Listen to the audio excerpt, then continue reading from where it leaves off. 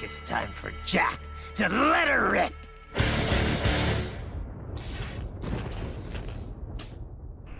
What's up, people? It's your boy JK. Today I'm going to be showcasing my Barret's Bulletproof Vest Banshee build for some good old DZ PvP. I know the popular go-to build right now is Alpha Bridge, but my Alpha is pretty much optimized to the teeth without the need for the Barret's chest, so I didn't want to compromise any of my rolls on my Alpha Bridge just to get the Barret's chest to fit into it. However, I had some Banshee pieces laying around which allowed me to make this build and roll stats around it, making use of the Barret's vest. So the vest has 3 cool talents. First one is that when no skills are on cooldown, your skill power is increased by 10%. Second talent is that once one skill is on cooldown, you get a 5% damage increase. And the final talent grants you a 10% armor increase when both skills are on cooldown. And this final particular talent is why I use this vest with Banshee over anything. For you must remember that Banshee grants you a 10% damage reduction against non-rogue players when you yourself are a rogue. So depending on how the stars align, you can be running around here with a 20% damage reduction from enemy players, people. Crazy, right? Plus, with enemy armor damage being a thing in the game now, these two talents come together is a match made in heaven. But wait, we're not done yet. One skill on cooldown grants you a 5% damage increase. Stack that on Banshee's passive 10% auto cover damage and you're looking at a 15% damage increase. Stack the additional 10% extra damage you do to rogue players when you yourself aren't flagged as a rogue, and now we're looking at a 25% damage increase. And I'm still not done yet. If we move over to my primary lightweight M4 and look at its talents consisting of vicious, swift, and competent, guess what competent does? Oh, that's right, it grants me a 10% weapon damage increase for 15 seconds after using a skill. All of this taken into account, I'm never without a damage increase with this build, whether I have a skill active or not. On console right now, having 400k toughness is the bare minimum I would personally recommend. Would not recommend going any lower. This is not PC and you can easily get focus fired on console since aiming down sight is the most effective way to get kills. But going back on the weapons, Vicious helps with ensuring I spray down my target if I get a jump on them with the extra crit chance it grants me. Swift works well since I stack it with my underbarrel mod, which grants me a 31% reload speed. No need to be switching to my secondary in the battle thanks to this.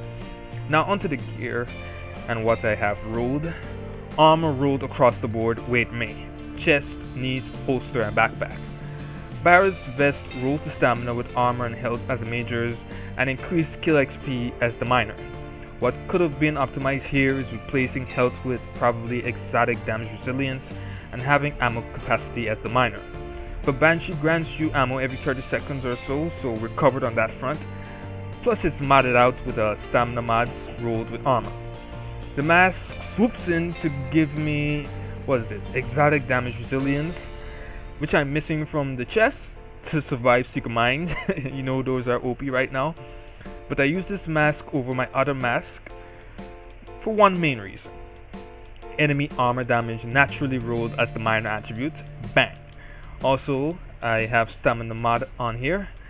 Knee pads are the only Banshee knees I've ever gotten, so I couldn't really pick and choose what I got with it. Would have loved if it didn't roll with increased kill XP over enemy armor damage, but the other two minors are the next best thing you would want rolled on your knees, with it being burn and shock resistance. It's rolled for stamina and has stamina armor mod and a first aid performance mod on it. Holster and backpack rolled with armor and performance mods to boost the effectiveness of my pulse. Finally, I'm rocking my dependable Savage gloves to complement my vicious talent. All my builds are built around my Savage gloves at the foundation.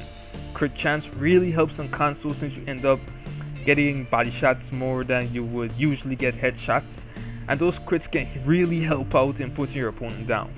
In total, I've got 3 stamina pieces and 2 firearm pieces plus the holster. Done. And no, I didn't forget, my lightweight has 80% base damage, muzzle with headshot damage, optimal range and crit chance, grip with reload speed, range and stability, 107% max size with crit chance and rate of fire, and a scope with headshot and crit damage with crit chance to boot. So finally, let me scroll through my character and player talents for you guys to look through, take notes of, and enjoy. And that'll pretty much be it, people. This is my Banshee Barret's Bulletproof Vest build. It does wonders. The only thing I usually switch out between this build is my underbarrel on my lightweight to put a stability mod on it, because I really like to have my shots going laser beam sharp. The only time I usually rock the reload speed as my underbarrel is on Alpha Bridge to ensure I get some seriously increased damage. Actually, no, with Alpha Bridge I run an underbarrel with crit damage, but I'm going to show my Alpha Bridge build before this week's out, so you don't worry about that. Anyway, this has been your boy JK, back into the division. Much more content to come, much more solo centric PvP content to come, and much more division videos in general. This has been your boy JK, peace out, and of course enjoy your day. Yeah man.